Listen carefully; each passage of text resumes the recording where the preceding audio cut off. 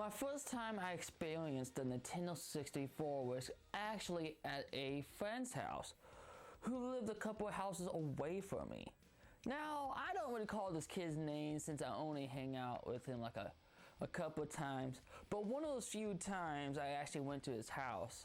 And the first time I went to his house, that's where I saw the Nintendo 64 for the very first time. And I don't know, to be honest, I was not too impressed by the way the system looked. I mean, yeah, the Nintendo 64 was like the latest system that just came out at the time. And yeah, I'm sure everyone was going nuts over it. But for me, I could not connect with the system. To me, it wasn't special at all. The game I played for the first time was Mario 64. And I felt like it was so slow, and my opinion hasn't really changed after all this year. I only touched the game a couple of times and I get bored of it. I just really couldn't get into it. And another thing that really displeased me about the Nintendo 64 was the controller. I mean, like the other controllers before the Nintendo 64, like Sega Genesis or Nintendo, they basically have like two handles because that's basically all you need. And the system, for some odd reason, put a third handle right in the middle, which is kind of understandable because that's what the joystick is. But to me at the time, I just didn't know how to use it. I remember actually taking like 3 of my fingers and grabbing the little joystick or analog stick, and I played it like I was playing an Atari. Now, eventually, my friend's brother actually came up to me and was like, "Hey, you're using the controller wrong. You need to grab it like this and put your hand right here. Alright, you got it? Good." And gosh, still to this day, I hate that little joystick in that middle of the N64 control. I think it was a bit too sensitive, and there's been a couple platformer games, mainly Conker's Bad Fur Day, which is like the only platformer game on the N64 that I was willing to sit down and play all the way through. I actually had issues like going across platforms, like thin ones, and I will fall down. I fall down off those thin platforms like many times. And it got really frustrating. I would literally scream and yell. Another thing I thought was actually interesting after years later, I actually did find out that people were actually injuring their hands from playing the Nintendo 64. And I think it was like from Mario Party or something, because I think a couple of the Mario Party games, some of the mini games, you literally have to go nuts with the little joystick, and I think people actually got blisters on the hands. And I think Nintendo faced some lawsuits over that, where they had at least a glove for the fellow gamers.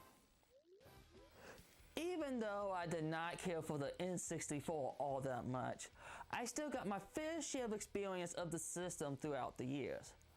Most of my early gaming experience of the N64 was actually at another friend's house, whose mom, Miss Cindy, was actually the same lady who I gave money to when she went out and picked up my PlayStation for me.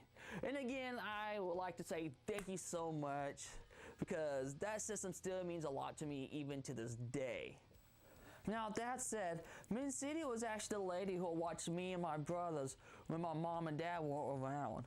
And we would go over her house, and most of the time when I went over her house, we would either watch Space Jam, because I fucking love that movie, or I would play the N64 with her kids. I think I got most of my gaming done with Nick, Zach, I think a little bit of Joy, but not so much with the little sister Sarah. Now, I like to mention Zach real quick. Zach was like the only fanboy I ever knew growing up. I mean, I had a lot of friends who we all had our certain opinions on each console, but man, Zach, when I was over his house playing his N64, I was not allowed to say anything negative about the system or anything positive about the PlayStation.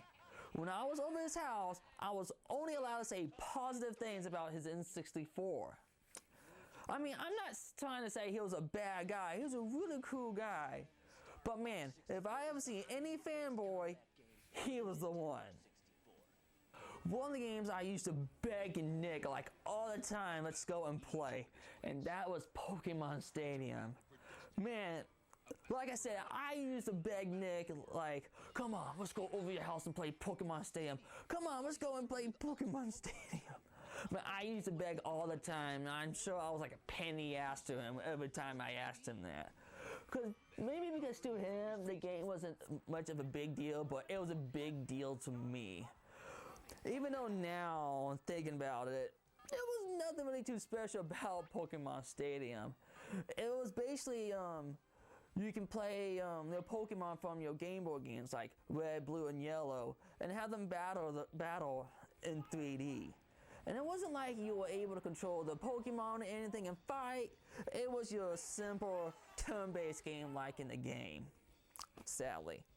But hey, the minigames were fun. It was like Mario Party except with Pokemon. And even to this day, I think it's still fun to play with your family and friends. Another game that we used to play over their house was Super Smash Bros. My God, I still remember the commercial when I first saw this game.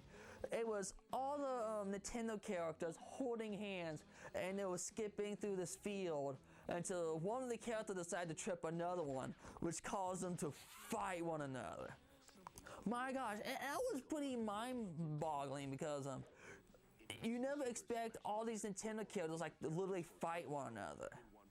And to be honest, I hated the game. Yeah, I mean, years later, I started liking the game more, but my first experience, or a couple experience with the game, I just plain hated it. I sucked so bad at the game because I did not know the moves. Now, Vicini's son, Zach, he basically knew what to do, and he kept picking the same character, Star Fox. And I think the only reason he kept picking him because one of his special abilities he has, he can reflect his opponent's powers right back at him. And I fucking hated that. I hated that character so much. Now, I love Star Fox. I think he's one of the coolest video game characters out there. Because he's a fox, and foxes are cool. Now, eventually, we did own a Nintendo 64, or should I say my older brother did. And I think he got his from a pawn shop. I'm not 100% sure. And I think it came with the game, but again, I don't recall what game it was. But some of the games that we own was 007, Water's Not Enough. Now, I know a lot of people has like fond memory of the first game, Goldeneye, but to me, I love Water's Not Enough, and I think it's a little bit superior game, especially the funny part of the first level. You see, when the level begins, you talk to this lady at the front desk of the game, and she asks you, may I help you? And the main character goes, it's James Bond. And then I were punched her right in the mouth, right in the freaking kisser. I mean, yeah, I failed my mission right away, but it was so funny. And no, before you guys go all feminist on me, oh, he abused women, he's a misogynist and blah, blah, blah. No, it was just funny. It's not like I will go up to a random female, punch her in the face, but it's amused me so much. And I actually found out later that I wasn't the only one that did this. Apparently, I actually have a roommate who told me a story that when he played War's Not Enough, when he was younger, he did the exact same thing. Punched that chick at the front desk right in the kisser, like I said. Now, there was this one game that my older brother did not want me to play, and that was Duke Nukem Zero Hour. Now, I don't know why he did not want me to play this game. I mean, I have played the game series before, even before this one, and he was there. And for some odd reason, he did not want me to play the campaign mode. Now, he will let me play the multiplayer mode, one-on-one deathmatch, but again, not the campaign. Now, I'm not saying I didn't play the campaign. I actually had to wait until he wasn't home. And then a Boy Scout camping trip came up. See, I didn't go to this camping trip, even though I was in the Boy Scout. It's just this trip did not really interest me, and my parents actually allowed me to stay home. So while my older brother was off for the weekend, I snuck into his room and played Duke Nukem 0 Hour. And again, I just don't think it was that big of a deal. Yes, the game was violent. It had some sexual content, a little bit, I guess. But again, I just didn't see what was wrong with the game.